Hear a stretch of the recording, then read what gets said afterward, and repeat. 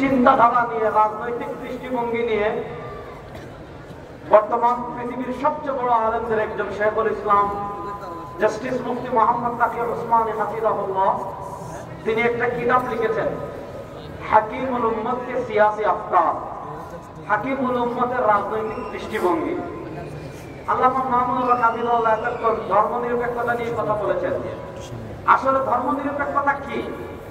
পৃথিবীতে ধর্মনিরপেক্ষতার দুটা ভার্সন আছে, সেই দুইটা ভার্সন নিয়ে আমি ছোট্ট করে কথা বলবো।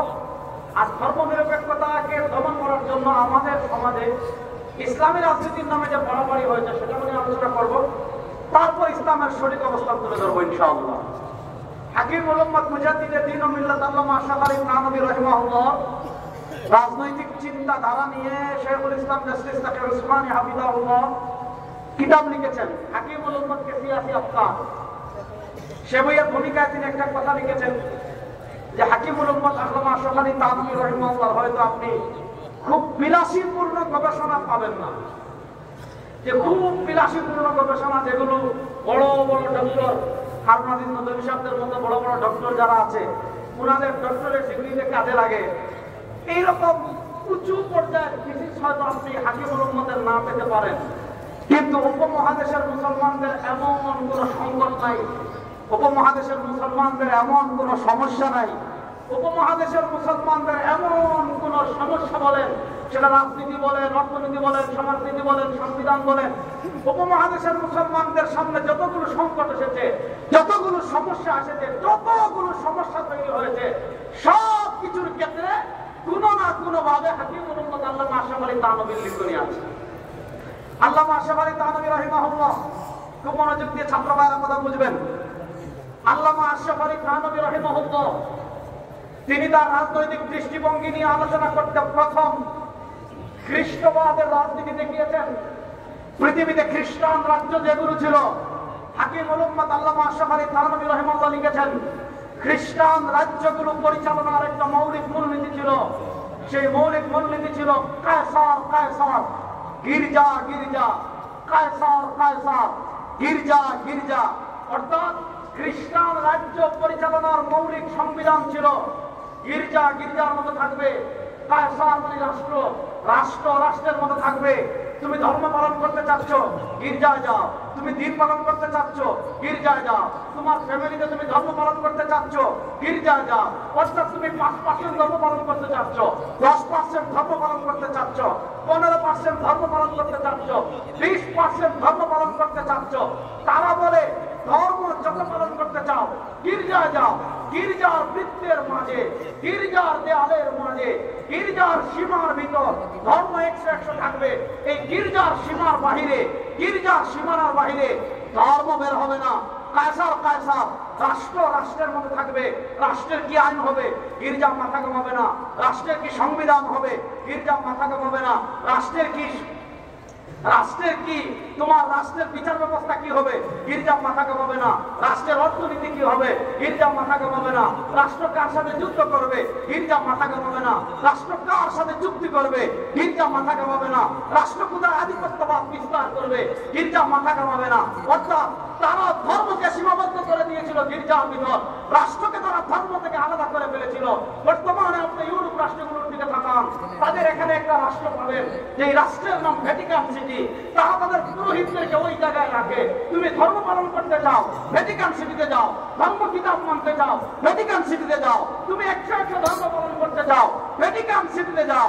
রাষ্ট্রের কোনো ধর্ম থাকবে না, রাষ্ট্রের আইনে কোনো ধর্ম থাকবে না, রাষ্ট্রের সংবিধানে কোনো ধর্ম থাকবে না, রাষ্ট্রের বিচার ব্যবস্থায় কোনো ধর্ম থাকবে না, রাষ্ট্রের অর্থনীতিতে কোনো ধর্ম থাকবে না।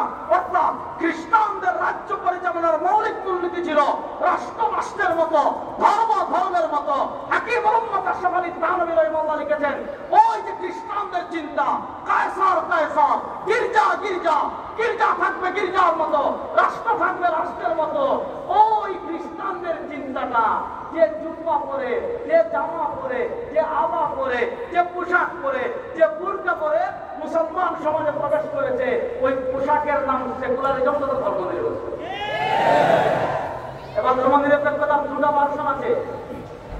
মিশরের একজন প্রখ্যাত লেখক আছেন শেখ আব্দুল্লাহ মিসরি, তালিবুল ইলম ভাইরা এগুলা পড়বেন। ধর্ম নিরপেক্ষতা যারা আবিষ্কার করেছে, তারা প্রথম ধর্ম নিরপেক্ষতা আবিষ্কার করেছেন। তাদের ভাষা ধর্ম নিরপেক্ষতা কি? তাদের ভাষায় ধর্ম নিরপেক্ষতা হলো জীবনের সব ক্ষেত্র থেকে, রাজনীতি বলেন, রাষ্ট্রনীতি বলেন, অর্থনীতি বলেন, সমাজনীতি বলেন, রাষ্ট্র, সমাজ, ব্যক্তি, পরিবার, ব্যবসা, অর্থনীতি, সব কিছু থেকে ধর্মের ছায়াকে মুছে দেওয়া, সব কিছু থেকে পরকালের ছায়াকে মুছে দেওয়া, সব কিছু থেকে ধর্মগ্রন্থ কোরআনের ছায়াকে মুছে দেওয়া। অর্থাৎ সমাজের কোন ক্ষেত্রে, রাষ্ট্র বলেন, সংবিধান বলেন, অর্থনীতি বলেন, বিচার ব্যবস্থা বলেন, কোন জায়গায় ধর্মের ছায়া না থাকা, ওই ধর্মের ছায়াকে মুছে দেওয়ার জন্য তারা যে নীতি আবিষ্কার করেছে, ওই নীতির নাম হলো ধর্ম নিরপেক্ষতা তথা সেকুলারিজম। এবার বলেন, সেকুলারিজম এসেছে অর্থনীতি থেকে ধর্মের ছায়াকে মুছে দিতে, সেকুলারিজম এসেছে সংবিধান থেকে ধর্মের ছায়াকে মুছে দিতে, সেকুলারিজম এসেছে সংসদ থেকে ইসলামের ছায়া মুছে দিতে, ধর্ম নিরপেক্ষতা এসেছে বিচার ব্যবস্থা থেকে ইসলামের ছায়াকে মুছে দিতে। আর ইসলাম মুছে দেওয়ার জন্য আসে নাই, ইসলাম এসেছে লিউযহিরাহু আলা দ্বীনি কুল্লিহি।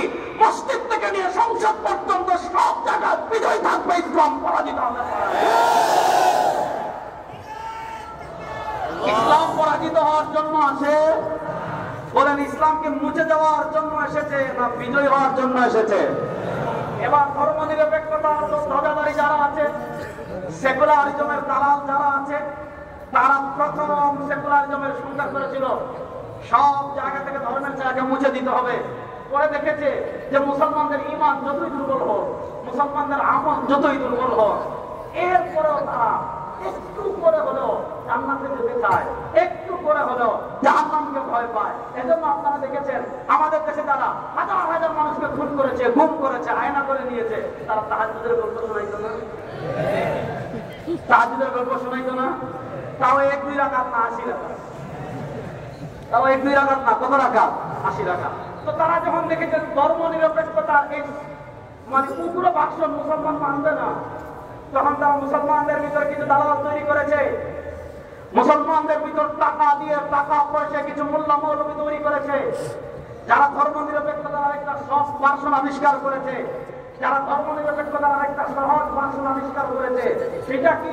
ওই যে খ্রিস্টানরা বলেছিল কায়সার কায়সার, গির্জা গির্জা, গির্জায় থাকবে ধর্ম, রাষ্ট্রের কোন ধর্ম। মুসলমানদের ভিতর কিছু দালাল তৈরি করেছে, তাদের কাছে ধর্ম মানে কি? মাইক ভান্ডারের উরুসে গরু নিয়ে যাইবা, তাদের কাছে ধর্ম ভান্ডারের উরুসে ছাগল নিয়ে যাইবা, তাদের কাছে ধর্ম মানে কি? মাজারে মোমবাতি জ্বালাইবা, তাদের কাছে ধর্ম মানে কি? মাজারে বৃষ্টির পর ট্যাক্সি বিরিয়ানি খাইবা, তাদের কাছে ধর্ম মানে কি? ধর্ম মানে তুমি চট্টগ্রামে বিশাল বড় জুলুস বের করবা। তাদের ধর্ম মাজারে সীমাবদ্ধ, তাদের ধর্ম জিলাপিতে সীমাবদ্ধ, তাদের ধর্ম খবরে সীমাবদ্ধ। ওই যে তারা শিখিয়েছে কায়সার কায়সার, গির্জা গির্জা। এবার মুসলমানদের ভিতর তারা সেকুলারিজমের একটা সফট ভার্সন তৈরি করে বলেছে তোমার ধর্ম থাকবে মাজারে, তোমার ধর্ম থাকবে মসজিদে, তোমার ধর্ম থাকবে খানকায়, তোমার ধর্ম থাকবে শুধু মাদ্রাসায়, এর বাহিরে সংসদে ধর্ম লাগবে না, বিচার ব্যবস্থায় ধর্ম লাগবে না, অর্থনীতিতে ধর্ম লাগবে না, সংবিধানে ধর্ম লাগবে না। এবার যেমন খ্রিস্টানরা যেমন তাদের ধর্মকে গির্জায় সীমাবদ্ধ করেছে, মুসলমানদের ধর্মকে শুধু মসজিদে সীমাবদ্ধ করার জন্য তারা যে মতবাদ নিয়ে এসেছে, সেই মতবাদের নাম ধর্ম নিরপেক্ষতা। আমি কি ধর্ম নিরপেক্ষতা কি বুঝাতে পেরেছি? এই সংজ্ঞাগুলো আমার না, এগুলো দিয়েছেন হাকিমুল উম্মত আল্লামা আশরাফ আলী থানভী। এবার বলেন, ইসলাম কি শুধু মসজিদে থাকার জন্য এসেছে? আরে মুসলমান জুড়ে বলেন, ইসলাম কি শুধু খানকায় থাকার জন্য এসেছে? ইসলাম কি শুধু মাজারে উরুস করার জন্য এসেছে? ইসলাম কি শুধু তোমার মাজারে সারা রাত ব্যাপী গানবজনা করার জন্য এসেছে? আরে ইসলাম যদি শুধু মসজিদে থাকার জন্য আসতো, আমার নবী তার দাঙ্গার শহীদ করা লাগতো না।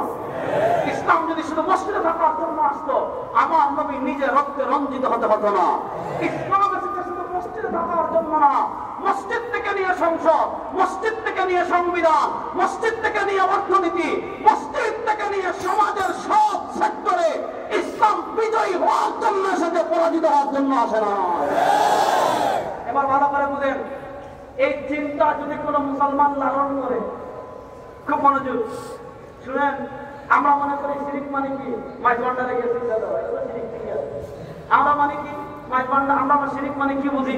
যে বাবার কবরে গিয়া বিচার দেওয়া, যে অমুক এটা করেছে, অমুক এটা করেছে, ও বাবা তুমি একটু দেখো। আমরা এটা তো শিরিক, এটা তো আমরা বুঝি, কিন্তু শুনেন আধুনিক একটা শিরিক আজকে আপনাদেরকে শিখাই যায়। কোন মুসলমান যদি মনে করে ধর্ম শুধু থাকবে মসজিদে, কোন মুসলমান যদি মনে করে ধর্ম শুধু থাকবে খানকায়, কোন মুসলমান যদি মনে করে ধর্ম শুধু থাকবে মাজারে, রাষ্ট্রে ধর্ম লাগবে না, সংবিধানে ধর্ম লাগবে না, সংসদে ধর্ম লাগবে না, অর্থনীতির ধর্ম লাগবে না, বিচার ব্যবস্থায় ধর্ম লাগবে না, তার হুকুম কি? আল্লামা জাহিদ কাউসারী রাহিমাহুল্লাহ তার নাম তালিবুল মাদ্রাসায় যারা পড়েছেন সবাই তার নাম শিখেছেন। আমাদের আকীদার উপর যারা আপত্তি করেছিল তাদের সিংহাসনকে চূর্ণ করে দিয়ে দিয়েছিলেন তিনি হলেন আল্লামা জাহিদ কাউসারী। আমাদের ইমাম আযম আবু হানিফা রাহিমাহুল্লাহর বিরুদ্ধে যারা কলম চালিয়েছিল তাদের কলমকে যিনি একদম নিঃশ্বাস করে দিয়েছেন তিনি আল্লামা কাউসারী। আমাদের ফিকহ হানাফির উপর যারা আপত্তি চালিয়েছিল তাদের কলমকে যিনি ভেঙে দিয়েছেন তিনি আল্লামা কাউসারী। তিনি আমাদের বর্তমান বাংলাদেশের জাতীয় মসজিদের খতিব এবং আমাদের দেশের সবচেয়ে বড় আলেম আল্লামা মুহাম্মদ আব্দুল মালিক হাফিজাহুল্লাহ। তার উস্তাদ হলেন শেখ আব্দুল ফাত্তাহ আবু হুদ্দা রাহিমাহুল্লাহ। শেখ আব্দুল ফাত্তাহ আবু হুদ্দা 1470 হিজরিতে ইন্তেকাল করেছেন। শেখ আব্দুল ফাত্তাহ আবু হুদ্দা রাহিমাহুল্লাহ শায়েখ হলেন আল্লামা জাহিদ কাউসারী রাহিমাহুল্লাহ। তিনি 1371 হিজরিতে ইন্তেকাল করেছেন। আল্লামা জাহিদ কাউসারী রাহিমাহুল্লাহ তার ছোট ছোট অনেকগুলো মাকালা আছে যেগুলো একত্রিত করে এই যে ছাপানো হয়েছে মাকালাতুল কাউসারী। কাউসারী মানে আল্লামা জাহিদ কাউসারী রাহিমাহুল্লাহ। আল্লামা জাহিদ কাউসারী রাহিমাহুল্লাহ তার মাকালাতুল কাউসারীতে পুরোটা তো পড়তে পারবো না, এটা আপনার দারুস সালাম থেকে প্রকাশিত। আল্লামা জাহিদ কাউসারী রাহিমাহুল্লাহ তার মাকালাতুল কাউসারী 278 নম্বর পৃষ্ঠায় একটা প্রবন্ধ লিখেছেন, একটা মাকালা লিখেছেন, মাত্র 3.5 পৃষ্ঠার মাকালা, কিন্তু অনেক গুরুত্বপূর্ণ। ইসলামের অনেকগুলো মৌলিক মূলনীতি তিনি এই মাকালায় উল্লেখ করেছেন। এখানে তিনি লিখেছেন হুকম মুহাওয়ালাতি ফাসলি দ্বীন আনিদ দাওলা, হুকম মুহাওয়ালাতি ফাসলি দ্বীন আনিদ দাওলা। অর্থাৎ কোন মুসলমান যদি ধর্মকে রাষ্ট্র থেকে আলাদা মনে করে, রাষ্ট্রকে ধর্ম থেকে আলাদা মনে করে, সেটা হলো ধর্ম নিরপেক্ষতার মূল থিম। আল্লামা কাউসারী রাহিমাহুল্লাহ পরিষ্কার ভাষায় লিখেছেন, এখানে সুস্পষ্ট ভাষায় লিখেছেন কোন মুসলমান যদি কোন মুসলিম ভূখণ্ডের থেকে এই আকীদা লালন করে যে ধর্ম শুধু পরিবারে থাকবে, ধর্ম শুধু ব্যক্তি জীবনে থাকবে, ধর্ম শুধু মসজিদে থাকবে, রাষ্ট্রের ধর্ম লাগবে না, অর্থনীতি ধর্ম লাগবে না, বিচার ব্যবস্থায় ধর্ম লাগবে না, সংসদে ধর্ম লাগবে না, সংবিধানে ধর্ম লাগবে না, আল্লামা কাউসারী পরিষ্কার ভাবে বলেছেন যে ইয়াদি আলে হুকমুর রিদ্দা। কোন মুসলমান যদি এটা বলে ধর্ম শুধু ঘরে থাকার জন্য এসেছে, রাষ্ট্র ধর্ম লাগবে না, সমাজ ধর্ম লাগবে না, সংবিধানে ধর্ম লাগবে না, বিচার ব্যবস্থায় ধর্ম লাগবে না, যদি কোনো মুসলমান এটা মনে করে সে মুক্তাম। কোন মুসলমান যদি এটা মনে করে সে, এবার আমাদের দেশে একদম শাহবাগী সুশীল আচারা নাই, যারা বলে হুজুর আপনারা মাদ্রাসা থাকবেন, যারা বলে হুজুর আপনারা খানকায় থাকবেন, যারা বলে হুজুর আপনারা মাজারে থাকবেন, হুজুর আপনারা মুরিদদের ইসলাহ করবেন, আপনারা কেন রাজনীতি করেন, আপনারা কেন সংসদে আসতে চান, আপনারা কেন বিচার ব্যবস্থা নিয়ে কথা বলেন, আপনারা কেন অর্থনীতি নিয়ে কথা বলেন। শুনেন, কোন মুসলমান যদি মনে করে রাষ্ট্রের ধর্মের প্রয়োজন নাই, ইসলাম শুধু করে থাকার জন্য আসছে, তার ঈমান থাকবে। তাহলে এবার ধর্ম নিরপেক্ষতা মানে কি? দুটা ভাষণ। একটা ভাষণ হলো ধর্ম নিরপেক্ষতা, সবকিছু থেকে ধর্মের ছেড়ে মুছে দেওয়া।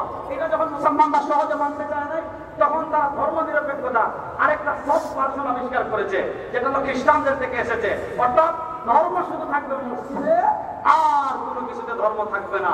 এবার আসেন আমাদের সংবিধান নিয়ে আমি একটু কথা বলি। মাওলানা মুহাম্মদ মাহমুদুল্লাহ হাফিজাহুল্লাহ, আল্লাহ তাকে সুস্থতার সাথে দীর্ঘ নেক হায়াত দান করেন, তিনি ধর্ম নিরপেক্ষতা ৭২-এর সংবিধান নিয়ে কথা বলেছেন। শুনেন, আমি আপনাদেরকে একটা জিনিস প্রথম পরিষ্কার ভাষায় বলি। আল্লামা মাহমুদুল্লাহ হাফিজাহুল্লাহ ব্রিটিশ বিরোধী আন্দোলনের কথা বলেছেন। 1971 সালের মুক্তিযুদ্ধ, আবার বলি 1971 সালের মুক্তিযুদ্ধ কখনো ইসলামের বিরুদ্ধে ছিল? আর আসতে বলেন, 1971 সালের মুক্তিযুদ্ধ কখনো ইসলামের বিরুদ্ধে ছিল? জোরে বলেন, 1971 এর মুক্তিযুদ্ধ কখনো ইসলামের বিরুদ্ধে ছিল? আমি পরিষ্কার ভাষার চ্যালেঞ্জ দিয়ে যাই, আমি 1 কোটি টাকার চ্যালেঞ্জ দিব ইনশাআল্লাহ, সামনে মিডিয়ার সামনে দিব যে বাংলাদেশের মুক্তিযুদ্ধ ধর্ম নিরপেক্ষতার জন্য হয়েছে। ধর্ম নিরপেক্ষতা প্রতিষ্ঠার জন্য মুক্তিযুদ্ধের চেতনা ধর্ম নিরপেক্ষতা ছিল। কিয়ামত পর্যন্ত কোন শাহবাগী, কিয়ামত পর্যন্ত কোন আওয়ামী লীগার, কিয়ামত পর্যন্ত কোন ভারতের দালাল, কিয়ামত পর্যন্ত কোন মুদির কুলা সেটা প্রমাণ করতে পারবে না। আমাদের মুক্তিযুদ্ধের চেতনা ছিল 3টা। বলেন, আমাদের মুক্তিযুদ্ধের চেতনা চেতনা ছিল কয়টা? মাদ্রাসা ছাত্ররা মনে রাখবেন, মুক্তিযুদ্ধের চেতনা ছিল কয়টা? বলবেন এগুলো আমার বাংলা, তোমাদের আপনার বানানো। আমি বলি মুজিবনগর সরকারের মুক্তিযুদ্ধ চলাকালীন যে মুজিবনগর সরকার গঠিত হয়েছিল, সেই মুজিবনগর সরকার যে ঐতিহাসিক 6 দফা ঘোষণা করেছিল, আপনি সেই 6 দফা দেখেন, আপনি 70-এর নির্বাচনের ইশতেহার দেখেন, আপনি 69-এর গণঅভ্যুত্থানের ইশতেহার দেখেন, আপনি পাবেন আমাদের মুক্তিযুদ্ধ সমাজতন্ত্র প্রতিষ্ঠার জন্য হয় নাই, আমাদের মুক্তিযুদ্ধ ধর্মনিরপেক্ষতা প্রতিষ্ঠার জন্য হয় নাই, আমাদের মুক্তিযুদ্ধ জাতীয়তাবাদ প্রতিষ্ঠার জন্য হয় নাই, আমাদের মুক্তিযুদ্ধ গণতন্ত্র প্রতিষ্ঠার জন্য হয় নাই। আমাদের মুক্তিযুদ্ধের চেতনা ছিল তিনটা মৌলিক মূলনীতিকে সামনে রেখে আমাদের মুক্তিযুদ্ধ হয়েছিল। সেই 3টা মূলনীতি আমি বলি নাই, মুজিবনগর সরকারের ঐতিহাসিক 6 দফায় আপনি পাবেন। সেই 3 দফা, 1 সাম্য, 2 নম্বর মানবিক মর্যাদা, 3 নম্বর সামাজিক ন্যায় বিচার। তাহলে বলেন আমাদের মুক্তিযুদ্ধের চেতনা ছিল কয়টা? আর আসতে বলেন কয়টা? বলেন 1 নম্বর সাম্য। আর মাদ্রাসা ছাত্ররা জুড়ে বলে 1 নম্বর, 2 নম্বর, 1 নম্বর সাম্য, বলেন 1 নম্বর, 2 নম্বর সামাজিক মর্যাদা, 3 নম্বর হলো মানবিক ন্যায় বিচার। মানবিক মর্যাদা, সামাজিক ন্যায় বিচার, এই 3টা মূলনীতিকে সামনে রেখে 71-এর মুক্তিযুদ্ধ হয়েছে। এবার বলেন 71-এর মুক্তিযুদ্ধের চেতনায় সেকুলারিজম আছে না? রাখতে না বলেন 71-এর মুক্তিযুদ্ধের চেতনায় ধর্মনিরপেক্ষতা আছে, জাতীয়তাবাদ আছে, গণতন্ত্র আছে। দেখেন 71-এর মুক্তিযুদ্ধ শেষ হলো। মুক্তিযুদ্ধ শেষ হওয়ার 1 বছর পর ডক্টর কামাল সাহেব এই সংবিধান লিখেছেন, তাও বাংলাদেশে না গিয়ে লিখছেন দাদাদের দেশে। এই সংবিধান আমাদের দেশে লেখা না। এজন্য আমরা বলি কোরআন হাদিসের বাইরে এই সংবিধানে যা কিছু আছে আমরা মানি না। আমাদের ঈমান, বলেন কোরআন হাদিসের বাইরে কোরআন সুন্নাহর সাথে সাংঘর্ষিক যত ধারা সংবিধানে আছে বাংলাদেশের মুসলমান সেটা মানে না। এবার আসেন মুক্তিযুদ্ধের 1 বছর পর। মুক্তিযুদ্ধ অনেকে মারা গেছে, অনেকে আহত, অনেকে নিহত। তখন তারা শুনতে পেল আমাদের মুক্তিযুদ্ধের চেতনা। দেখেন 1 নম্বর পৃষ্ঠায় বিসমিল্লাহির রহমানির রহিম, দয়াময় পরম দয়ালু আল্লাহর নামে, পরম করুণাময় সৃষ্টিকর্তার নামে। এই আওয়ামী লীগ কত খারাপ, এরা সংবিধান থেকে বিসমিল্লাহির রহমানির রহিম বাদ দেওয়ার ষড়যন্ত্র করেছিল। আপনারা জানেন তো? দেখেন এরপরে লিখতেছে সংবিধানের শুরু থেকে, আমি পড়ে একটু মনোযোগ দিয়ে শোনো ছাত্র ভাইরা।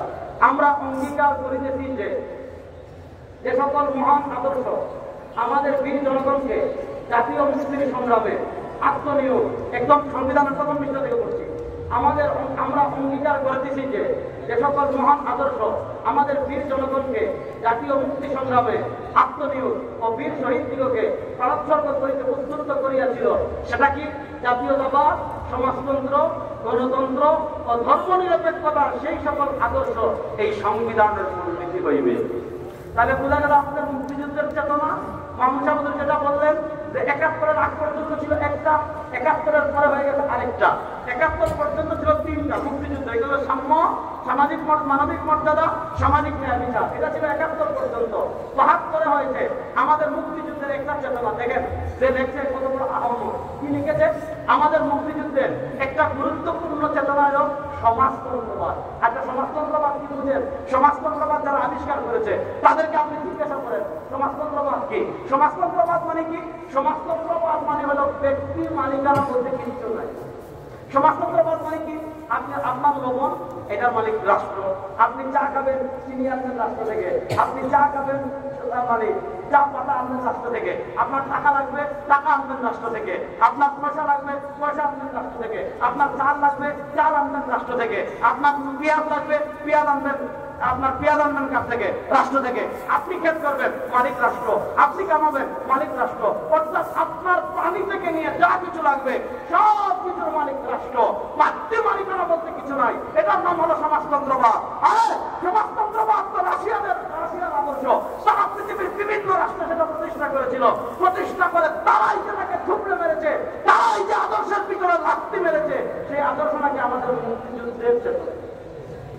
আচ্ছা বলেন আমাদের 71-এ যারা মুক্তিযুদ্ধ করেছে আপনাদের ফটিকছড়িতে এরকম কিছু মুক্তিযোদ্ধারা আছে না নাই? আমরা চ্যালেঞ্জ করে বলি মুক্তিযুদ্ধ যারা জীবিত আছেন তাদেরকে জিজ্ঞাসা করেন, তাদেরকে আপনারা জিজ্ঞাসা করেন যে কি জন্য মুক্তিযুদ্ধ করেছেন? সমাজতন্ত্রবাদ, ব্যক্তি মালিকানা অস্বীকার, এইটা প্রতিষ্ঠার জন্য কখনো আমাদের মুক্তি যুদ্ধ হয় নাই। এরপর ৭২-এ সংবিধান হলো। শেখ মুজিবুর রহমান সাহেব ৭২ থেকে ৭৫ তিনি সংবিধান ৪ বার পরিবর্তন করেছিলেন। ৭২-এ তিনি আমাদের সংবিধানে যেমন সমাজতন্ত্র লিখেছেন, ঠিক তেমনি ভাবে ৭২-এ তিনি সংবিধানে আরেকটা ধারা যোগ করেছেন। সেই ধারার নাম হলো ধর্মনিরপেক্ষতাবাদ। ১৯৭২ থেকে নিয়ে ৭৫ পর্যন্ত ৪ বার সংবিধান সংশোধন হলো। এরপর শহীদ প্রেসিডেন্ট জিয়াউর রহমান তিনি ১৯৭৯ সালে সংবিধানের ৫ম সংশোধন করলেন। সেই সংবিধানের ৫ম সংশোধনে তিনি ধর্মনিরপেক্ষতাবাদকে বাদ দিলেন। ধর্মনিরপেক্ষতাবাদকে বাদ দিয়ে তিনি ধর্মনিরপেক্ষতার জায়গা লিখলেন আল্লাহর উপর পূর্ণ আস্থা এবং বিশ্বাস। আল্লাহর উপর পূর্ণ আস্থা এবং এই আল্লাহর উপর পূর্ণ আস্থা এবং বিশ্বাস, এটা আমাদের ঈমান না? আর কথা বলে না রে, আরে বেগুন কোন নামেরা? আল্লাহর উপর পূর্ণ আস্থা এবং বিশ্বাস এটা আমাদের। যার আল্লাহর উপর পূর্ণ আস্থা এবং বিশ্বাস নাই সে মুসলমান না ঈমান। শহীদ প্রেসিডেন্ট জিয়াউর রহমান এখানে যোগ করলেন আল্লাহর উপর পূর্ণ আস্থা এবং বিশ্বাস। এরপরে ১৯৮৮ সালে মরহুম প্রেসিডেন্ট হুসেইন মোহাম্মদ এরশাদ তিনি এখানে আরেকটা ধারা যোগ করলেন। এই যে আপনি এই পৃষ্ঠা উল্টালে আপনি এই পৃষ্ঠা এসে এখানে পাবেন যে এখানে এসে লিখেছে, দেখেন এই প্রজাতন্ত্রের রাষ্ট্রীয় ধর্ম ইসলাম। এই যেখানে লিখেছে প্রজাতন্ত্রের রাষ্ট্র ধর্ম ইসলাম, তবে হিন্দু, বৌদ্ধ, খ্রিস্টান সহ অন্যান্য ধর্ম পালনে রাষ্ট্র সমমর্যাদা ও সম অধিকার নিশ্চিত করবেন। এই যে আপনার সংবিধানের ২য় পৃষ্ঠার ১ম ভাগ প্রজাতন্ত্র, এখানে একটা শিরোনাম দিয়েছে রাষ্ট্র ধর্ম, এখানে লিখেছে প্রজাতন্ত্রের রাষ্ট্র ধর্ম ইসলাম। এই প্রজাতন্ত্রের রাষ্ট্র ধর্ম ইসলাম এই ধারাটা যোগ করেছিলেন হুসাইন মোহাম্মদ এরশাদ। আচ্ছা, শহীদ প্রেসিডেন্ট জিয়াউর রহমান এখানে তিনি এটা যোগ করেছিলেন ধর্মনিরপেক্ষতাবাদকে বাদ দিয়ে আল্লাহর উপর পূর্ণ আস্থা এবং বিশ্বাস। এই ১৯৭৯ সাল থেকে নিয়ে ২০১০ সাল পর্যন্ত আমাদের সংবিধানের একটা ধারা ছিল আল্লাহর উপর পূর্ণ আস্থা এবং বিশ্বাস। এর মধ্যখানে ১৯৯৬ সাল থেকে নিয়ে ২০০১ সাল পর্যন্ত আওয়ামী লীগ দেশের রাষ্ট্র ক্ষমতায় ছিল, তারাও কিন্তু আল্লাহর উপর পূর্ণ আস্থা এবং বিশ্বাস বাদ দেয় নাই। কিন্তু ২০০৮ সালে বা ৯ সালে যখন তারা ভারতের মোদির চক্রান্তে ভারতের উগ্রবাদী হিন্দুদের আদর্শ বাস্তবায়ন করার জন্য এদেশের মানুষের ভোটাধিকার হরণ করে তারা যখন ক্ষমতায় এসেছিল, আমাদের দেশে ভারতের ৫ হাজার গোলাম ছিল। ভারতের একটা পালিত কুকুর ছিল প্রধান বিচারপতি, যার নাম ছিল খায়রুল কবির। সে স্বপ্রণোদিত হয়ে এই সুপ্রিম কোর্ট থেকে স্বপ্রণোদিত হয়ে আইন করে আমাদের রাষ্ট্র, আমাদের সংবিধান থেকে আল্লাহর উপর পূর্ণ আস্থা এবং বিশ্বাসকে বাদ দিয়ে সেখানে আবার তারা সেকুলারিজমকে যুক্ত করেছে। আমি আপনাদেরকে একটা তথ্য দিই, এই সংবিধান আমরা পুরো পড়েছি, এই সংবিধানে কি সংগতি আছে সেটা নিয়ে আমরা তালিকা করেছি এবং আমাদের প্রস্তুতকৃত তালিকা আমরা সংবিধান দ্বারা পরিমার্জন করে তাদের মাধ্যমে পরিমার্জন কমিটির নিকট আমরা পৌঁছে দিয়েছি। সেই আলোচনা আমি যাচ্ছি না। আমি আপনাদেরকে যেটা বলতে চাচ্ছি, আপনি যদি ভারতের সংবিধান আর আমাদের সংবিধান পর্যালোচনা করেন, আমাদের আরবিতে আমরা যেটা বলি মুকারনা, আপনি যদি মুকারনা করেন দেখবেন এই এক দুই জায়গায় পার্থক্য। আমাদের এখানে ছিল আল্লাহর উপর পূর্ণ আস্থা এবং বিশ্বাস, আমাদের এখানে ছিল রাষ্ট্রধর্ম ইসলাম। তারা আল্লাহর উপর পূর্ণ আস্থা এবং বিশ্বাসকে বাদ দিয়ে সেখানে সেকুলারিজমকে তারা যুক্ত করেছিল। আজকে এই দেশের ভারতের দালালরা পরাজিত হয়েছে, আজকে এই দেশ থেকে ভারতের ৫ হাজার গোলামরা পলায়ন করেছে। সুতরাং ভারতের মদত পুষ্টে যারা আমার সংবিধান থেকে আল্লাহর উপর পূর্ণ আস্থা এবং বিশ্বাসকে বাদ দিয়ে সেকুলারিজমকে যে ভারতের দালালরা যোগ করেছে, সেই ভারতের দালালদেরকে বাংলাদেশের যেখানে পাবেন পিটিয়ে সেনাবাহিনী হাতে তুলে দিবেন। ১ নম্বর কাজ। ২ নম্বর কাজ হলো মনোযোগ। সংবিধান সংস্কারের কথা বলা হচ্ছে, আমাদের ১ নম্বর দাবি কি পরিবর্তন করবেন কিনা সেই আলোচনা করে দেশ মুসলমানদের, বলেন না দেশ কাদের, যারা বলেন না দেশ কাদের। সুতরাং সেকুলারিজমকে বাদ দিয়ে আল্লাহর উপর পূর্ণ আস্থা এবং বিশ্বাস আবার আমাদের সংবিধানে যুক্ত করতে হবে। এই দাবির সাথে আপনারা একমত আছেন না? নাই। সেকুলারিজমকে বাদ দিয়ে আবার আল্লাহর উপর পূর্ণ আস্থা এবং বিশ্বাস। দেখেন ১ নম্বর পৃষ্ঠায় এরকম একটা বড় ইমান বিজয়ী লিখে রেখেছে। এরপরে দেখেন আপনি যদি ২-৩ পৃষ্ঠা পরে এখানে আসেন, দেখেন ৩ নম্বর পৃষ্ঠায় সংবিধানের প্রাধান্য এখানে লিখেছে প্রজাতন্ত্রের সকল ক্ষমতার মালিক জনগণ। দেখেন প্রজাতন্ত্রের সকল ক্ষমতার মালিক জনগণ। আমরা বলি সকল ক্ষমতার মালিককে, আমরা বলি সকল ক্ষমতার মালিককে। সুতরাং এখানে সকল ক্ষমতার মালিক জনগণ। এখন জনগণ যে আওয়ামী লীগ সকল তারা তো জনগণের ক্ষমতার মালিক মানত না বলেই তো নিজের ভোট রাখতে পারছে। কথা বলেন না কেন? সুতরাং সংবিধানের এই যে দ্বারা কোরআনের সাথে সাংঘর্ষিক, প্রজাতন্ত্রের সকল মালিক জনগণ, আমরা এই দ্বারা মানি না। আমরা বিশ্বাস করি সকল ক্ষমতার মালিক আল্লাহ। সুতরাং এখানে লিখতে হবে প্রজাতন্ত্রের ক্ষমতার মালিক জনগণ নয়, বরং প্রজাতন্ত্রের ক্ষমতার মালিক একমাত্র আল্লাহ। এরা সংবিধানে যুক্ত হোক, আপনারা চান কি চান না? সুতরাং শুনেন, আপনারা তো সংবিধান সংস্কারের কথা বলছেন, অর্থনীতি সংস্কারের কথা বলছেন, শিক্ষা ব্যবস্থা সংস্কারের কথা বলছেন।